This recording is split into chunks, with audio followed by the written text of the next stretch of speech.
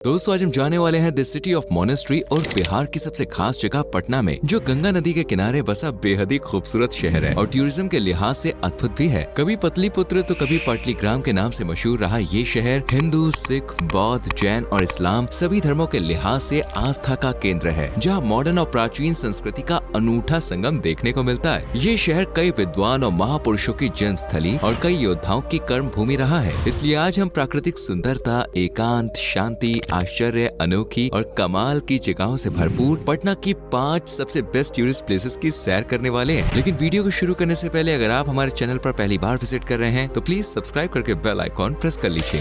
गोलघर पटना में घूमने वालों के आकर्षण का मुख्य केंद्र है गोलघर, जो पटना का लैंडमार्क आइकॉनिक सिंबल बना हुआ है। आज से करीब 240 साल पहले ब्रिटिश काल के दौरान बनाया गया गोलघर वास्तुकला का अद्भुत नमूना है, जो पटना के पश्चिम किनारे पर गांधी मैदान के पास स्थित है, जिसका निर्माण 20 जनवरी 1784 में शुरू हुआ था और 20 जुलाई 1786 में खत्म हुआ। लेकिन क्या आप जानते हैं कि इसका निर्माण क्यों करवाया गया था? घूमने जा रहे हैं तो इतिहास भी समझ ही लीजिए। दरअसल 1770 के अराउंड बिहार राज्य भयंकर सूखे से गुजर रहा था। कहते हैं कि सूखे की वजह से करोड़ों लोगों ने भूखमरी के कारण अपनी जान गंवा दी थी, जबकि लाखों की संख्या में लोगों ने बिहार को छोड़कर दूसरी जगह अपना ठिकाना बनाया। भूख से लोग की बिलबिलाती हालत देखकर उस वक्त के गवर्नर जनरल वॉरेन हेस्टिंग्स ने गोलघर बनाने का फैसला किया। असल में गोलघर बनाने का मोटिव था उसमें अनाज को स्टोर करके रखना, ताकि इन फ्यूचर अगर कोई ऐसी स्थिति आती है तो लोगों को भूख से अपनी जान न गंवानी पड़े। इसी उद्देश्य के साथ 1784 में गोलघर को बनाने का काम शुरू हुआ। इस गोलघर की खासियत है कि इसमें एक बार में 1,40,000 टन अनाज रखा जा सकता है। ये करीब 125 मीटर चौड़ा है, जबकि 29 मीटर की ऊंचाई है। और सबसे खासियत है कि इसमें एक भी पिलर नहीं है। जी हाँ, बिना पिलर का यह पूरा ढांचा तैयार किया गया है। लेकिन हाँ, दीवारों की मोटाई 3.6 मीटर है। गोलघर के ऊपरी हिस्से में पहुंचने के लिए यहाँ 145 सीढ़ियां भी लगी हुई हैं, जिन पर चढ़कर आप गंगा तट का मनोरम दृश्य देख सकते हैं। वहीं गोलघर की वास्तुकला के तो भाई क्या ही कहने। अपनी नायाब वास्तुकला के चलते ये दूर दूर से लोगों को पटना खिंचे चले आने पर मजबूर कर देता है। गोलघर का आर्किटेक्चर पूरी तरह से बौद्ध स्तूपों से इंस्पायर है। इसका आकार बिल्कुल किसी मधुमक्खी के छत्ते जैसा है, और क्योंकि ये गोल है इसलिए इसका नाम गोलघर पड़ा। उस वक्त गोलघर में अनाज को बहुत ही सेफ माना जाता था, क्योंकि इसे ऐसे डिजाइन किया गया है कि इसके अंदर रखा अनाज सीलन, नमी से बच सकता है। आपको बता दें कि अडल्ट्स के लिए गोलघर की फीस 25 रुपए है, जबकि स्टूडेंट्स के लिए 15 रुपए। टाइमिंग की बात करें तो सुबह 10 बजे से शाम 6 बजे तक आप पूरे गोलघर और आसपास बिखरी हरियाली, खुले मैदान और लोगों की चहल पहल सहित अन्य जगहों को भी एक्सप्लोर कर सकते हैं। बुद्ध स्मृति पार्क पटना के सबसे आकर्षक स्थानों में से एक बुद्ध स्मृति पार्क के आप नाम से ही समझ सकते हैं कि ये जगह गौतम बुद्ध की कहानी बयान करती है। बुद्ध स्मृति पार्क को बुद्ध स्मारक पार्क भी कहा जाता है और ये पटना शहर के बीचों बीच स्थित है। ये पार्क बेहद विशाल और शांत है, जहाँ अक्सर लोग अपने मन की शांति और एकांत की तलाश में पहुँचते हैं। पटना जंक्शन के बेहद करीब होने के चलते पटना पहुँचने वाले लगभग हर यात्री इस पार्क की सैर जरूर करते हैं। बुद्ध स्मृति नाम से भले ही एक पार्क हो, लेकिन असल में ये बौद्धिस्टों की आस्था का केंद्र है, जिसका उद्घाटन 27 मई 2010 को बौद्ध धर्मगुरु दलाई लामा द्वारा किया गया था। उद्घाटन के समय यहाँ बोध गया और श्रीलंका से लाए हुए पवित्र बोध वृक्ष भी लगाए गए थे। पार्क का मुख्य आकर्षण है 200 फीट ऊंचा पतलीपुत्र करुणा स्तूपा, जिसे पार्क के बीचों बीच बनाया गया है और ये करीब 22 एकड़ के क्षेत्रफल में फैला हुआ है। करुणा स्तूप की खासियत और बुद्ध स्मृति पार्क में बौद्धिस्ट की आस्था का कारण है यहाँ मौजूद गौतम बुद्ध की अस्थियां। पार्क में करुणा स्तूप के अलावा लाइब्रेरी और एक ध्यान केंद्र यानी मेडिटेशन सेंटर भी है। इसमें टोटल 60 कमरे हैं और हर कमरे से आप स्तूप की भव्यता को निहार सकते हैं। स्तूप की वास्तुकला बौद्ध कला से ही इंस्पायर्ड है, लेकिन इसकी भव्यता अक्सर लोगों को हैरान करती है। लाइब्रेरी में बौद्ध धर्म से जुड़ी कई किताबें हैं, जिनमें कुछ तो ऐसी हैं जो यहाँ के सिवाय पूरी दुनिया में कहीं देखने को नहीं मिलेगी। प्राचीन से प्राचीन और मॉडर्न से मॉडर्न जितनी भी बौद्ध धर्म की किताबें हैं वो सभी आपको यहाँ पढ़ने को मिलेंगी, बशर्ते आप पढ़ना चाहें। शाम को 7 बजते ही पार्क की खूबसूरती और लोगों का उत्साह दोनों ही बढ़ जाता है, क्योंकि हर शाम 7 बजे के बाद यहाँ लेजर शो का आयोजन किया जाता है। इन्हीं सब कारणों के चलते यहाँ पर रोजाना हजारों लोग पहुँचते हैं। वैसे इस बुद्ध स्मृति पार्क के नजदीक पतन देवी टेम्पल, श्री हरि मंदिर, पटना साहिब गाई खत गुरुद्वारा, महावीर टेम्पल, पटना जू, इंदिरा गांधी प्लानिटेरियम भी यहाँ से काफी करीब है। मतलब आप एक जगह जाएंगे, बाकी सब आपको पास में ही मिलेंगी। Sanjay Gandhi biological garden. दोस्तों दुनिया भर में मॉडर्न टेक्नोलॉजी की इतनी मार है कि हरियाली, सुंदर वादियों से भरे शहर अब कंक्रीट के जंगलों में तब्दील होते जा रहे हैं और हम प्रकृति की सुंदरता और चमत्कारों से दूर होते जा रहे हैं। धीरे धीरे हरियाली, वाइल्ड लाइफ, ये सब हमसे दूर हो रही है। लेकिन इस कलयुगी दुनिया में एक पटना भी है जो कि आज भी प्राकृतिक सुंदरता को संजोए हुए है। उदाहरण है संजय गांधी बायोलॉजिकल गार्डन, जो प्रकृति मंत्र मुक्त कर देने वाली वादियों से प्यार करते हैं। उनके लिए गार्डन किसी जादू से कम नहीं है। इस गार्डन को साल 1973 में स्थापित किया गया था और ये भारत के 16 सबसे बड़े चिड़ियाघरों में से एक है, जिसे पटना चिड़ियाघर भी कहा जाता है। करीब 153 एकड़ के क्षेत्रफल में फैले इस गार्डन में 110 अलग अलग प्रजातियों के